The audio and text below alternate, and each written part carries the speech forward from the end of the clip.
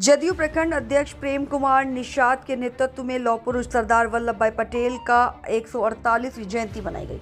बिहार के वैशाली पटेड़ी बेलसर प्रखंड के बीबीपुर में दिनांक 31 अक्टूबर 2023 को जनता दल यूनाइटेड के प्रखंड अध्यक्ष श्री प्रेम कुमार निषाद जी की अध्यक्षता में लौह पुरुष सरदार वल्लभ भाई पटेल जी की 148वीं जयंती प्रखंड के गणमान्य एवं जदयू सदस्यों द्वारा श्वेत क्रांति के जनक एवं महान स्वतंत्रता सेनानी एवं आजाद भारत के प्रथम उप प्रधानमंत्री सह गृह मंत्री पटेल साहब का जयंती हर्ष उल्लास के साथ मनाया गया।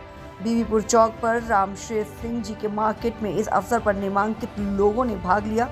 इंद्रजीत सिंह, बलिराम सिंह, शैलेंद्र कुमार सिंह, जितेश प्रसाद, महेश पटेल, विमलेश सिंह, संजीत कुमार, शत्रुघ्न कुमार शाह, नरेश राय, संतलाल ठाकुर, मुन्ना कुमार निषाद, वीरेंद्र पासवान, नाथू महतो सहित सैकड़ों लोग उपस्थित हुए और उनकी प्रतिमा पर पुष्प अर्पित कर साथ ही सरदार वल्लभ भाई पटेल अमर रहे का नारा भी लगाया। आइए वैशाली से सुनाते हैं जेडीयू प्रखंड अध्यक्ष प्रेम निषाद क्या कुछ कह रहे हैं।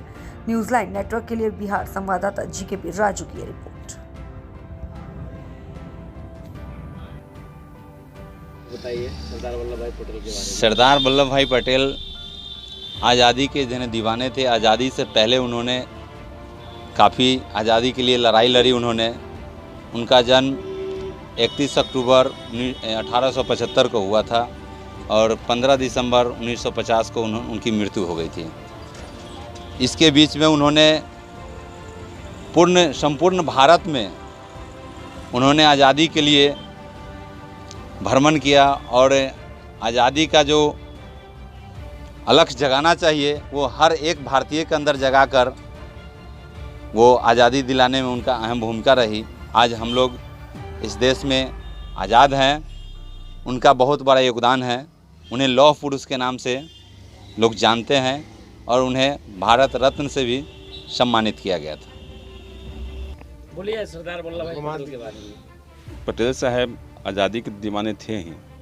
उनको लौह पुरुष और सरदार से भी जाना जाता है। जब एक वहाँ पर गुजरात में किसानों के साथ बड़ा अत्याचार अंग्रेज कर रहे थे तो बड़ी वो लड़ाई लड़े और आंदोलन छेड़े, इसलिए और वो उपाधि मिला। और एक बार उनको एक बड़ा घाव हो गया था, इसलिए वो लोहा के छड़ धिपा कर दाग दिए, इसलिए उनका लौह पुरुष से भी उनको नाम से जाना जाता है। इसलिए लौह पुरुष सरदार वल्लभ भाई पटेल कहा जाता है। आज़ादी के बाद तो 15 उस समय जो वोटर थे 15 राज्य के, तो 12 मत इनके पक्ष मिला था, 3 मत दूसरे को मिला था। जब गांधी जी को लिस्ट दिया गया तो उस पर नेहरू जी का नाम लिख के पटेल साहब की तरफ बढ़ा दिए, लेकिन वापस कर दिए। दोबारा जब वापस किए तो इस सहमति दे दिए।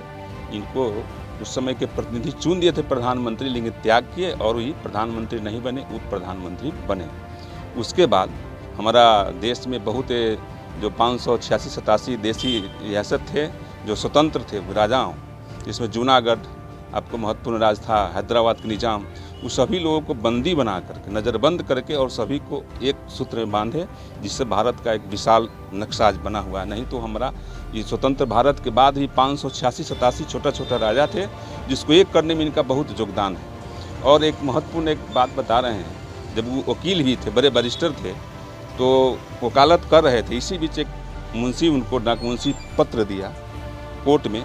उसमें लिखा हुआ था कि उनकी पत्नी मर गई, लेकिन उसको जेब में रख लिए और अपना निष्ठा से उसका पैरवी करते रहे। बाद में पत्र पढ़े, जब उनसे पत्रकार पूछा तो बोले कि जिसका पैसा लिए थे पहले उसका काम किए, पत्नी को तो मरना था, दुख तो हुआ ही, लेकिन हम पहले इसका दुख देखें। ये त्याग था, ये महान आदमी थे कि प्रधानमंत्री भी कुर्सी छोड़े और पत्नी के मरने के बाद भी निष्ठा से एक गरीब का पैसा लिए थे, उसका काम किए। इससे बड़ी बात क्या हो सकती है। आज वो अपना राजनीति नहीं अपना राजनीतिक कर्तव्य समझते थे और आज के लोग उसको अपना बिजनेस समझ रहे हैं। यही अंतर है। और अभी के नेताओं में यही अंतर है कि हम लोग तो बड़ी उम्मीद किए, ये गुजरात के 2 महान आदमी गांधी जी के साथ चल के देश को आज़ाद कराए और देश को एक सूत्र में बांधे, ये उनकी बड़ी उपलब्धि है। आप लोग जन्मदिन उसी के लिए, इसी की याद में भारत के सभी लोग, सभी जाति धर्म के लोग उनको याद करते हैं कि इतने महान नेता का अगर हम नहीं करेंगे, उनको याद नहीं करेंगे, आने वाले पीढ़ी को नहीं बताएंगे, तो पीढ़ी कैसे सीखेगा, कैसे जानेगा कि मेरा नाम बलिराम सिंह, पटेरी घर हुआ। कौन जगह? ये बीबीपुर चौक है।